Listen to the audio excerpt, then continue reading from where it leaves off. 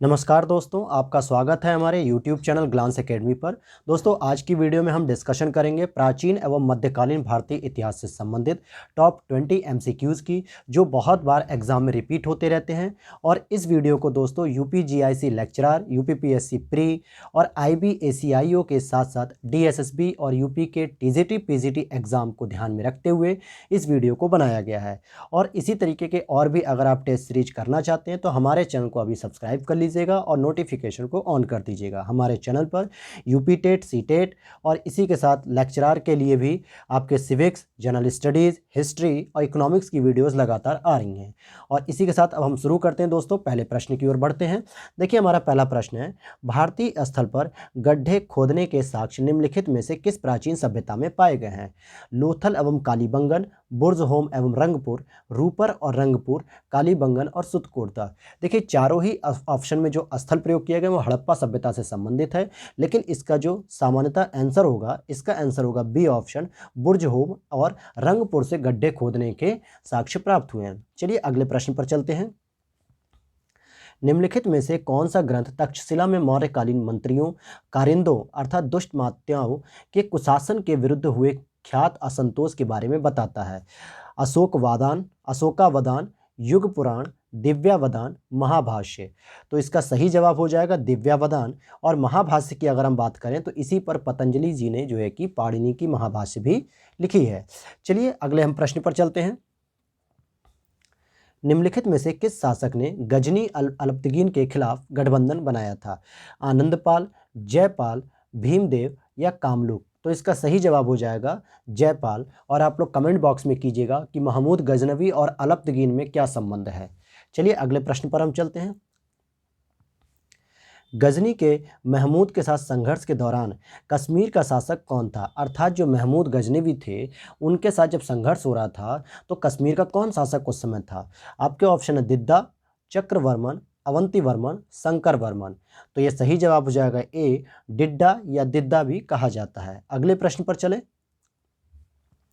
निम्नलिखित में से किस शासक ने मुइजुद्दीन और पृथ्वीराज तृतीय दोनों को हराया था? यहाँ मुइजुद्दीन का मतलब हो गया दोस्तों मोहम्मद गौरी की बात कर रहा है, ये मुइजुद्दीन उन्हीं का नाम था। तो पूछ रहा है आपसे कि गौरी और पृथ्वीराज तृतीय दोनों को किसने हराया था? भीम द्वितीय या मूलराज द्वितीय या अजयपाल या कुमारपाल। तो सही जवाब हो जाएगा भीम द्वितीय ने मोहम्मद गौरी को भी हराया था, और जब पृथ्वीराज तृतीय से इसका संघर्ष हुआ था तो उसको भी हराया था। अगले क्वेश्चन की ओर चलते हैं।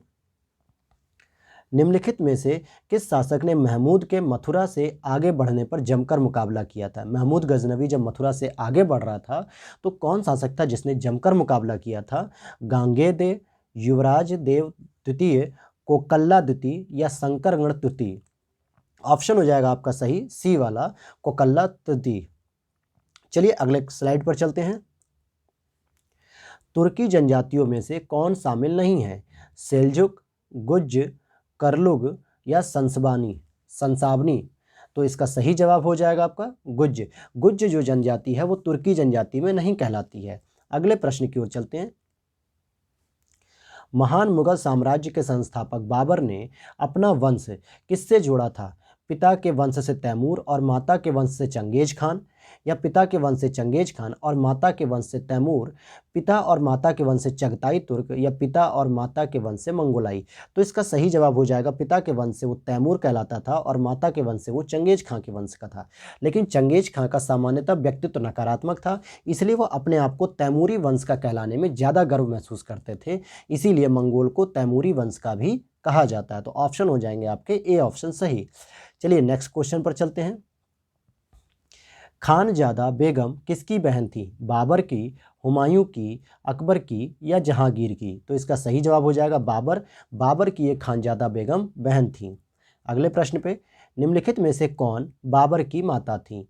कुतुब निगार खानम, माहम बेगम, मरियम ए मकानी या इनमें से कोई नहीं? तो इसका सही जवाब हो जाएगा ए, कुतुब निगार खानम, जो चंगेज खां की बेटी थी। चलिए अगले प्रश्न पे चलते हैं।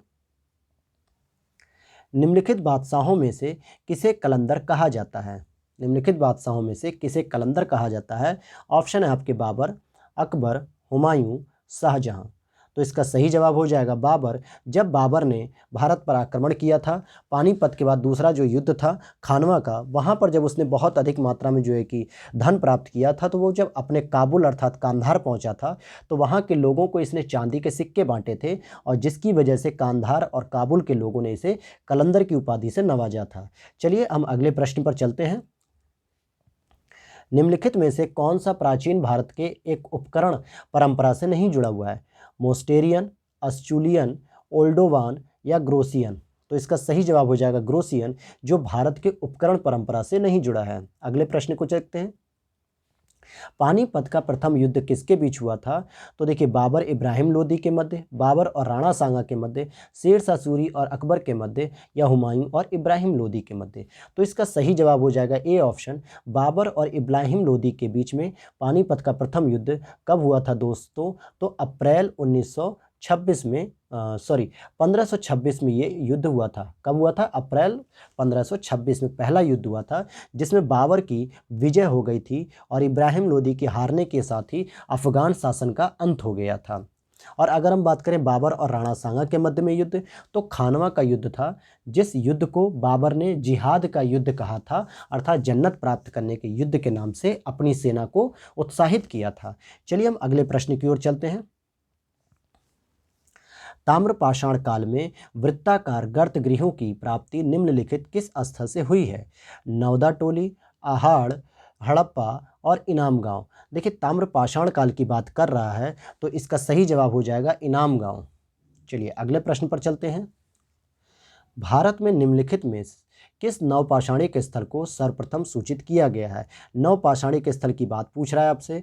कोल्डिहवा, चिरांद, गुफ कराल या लिंगसुगुर? तो इसका सही जवाब हो जाएगा लिंगसुगुर। लिंगसुगुर को सबसे पहले नवपाषाणिक स्थल के रूप में जाना जाता है।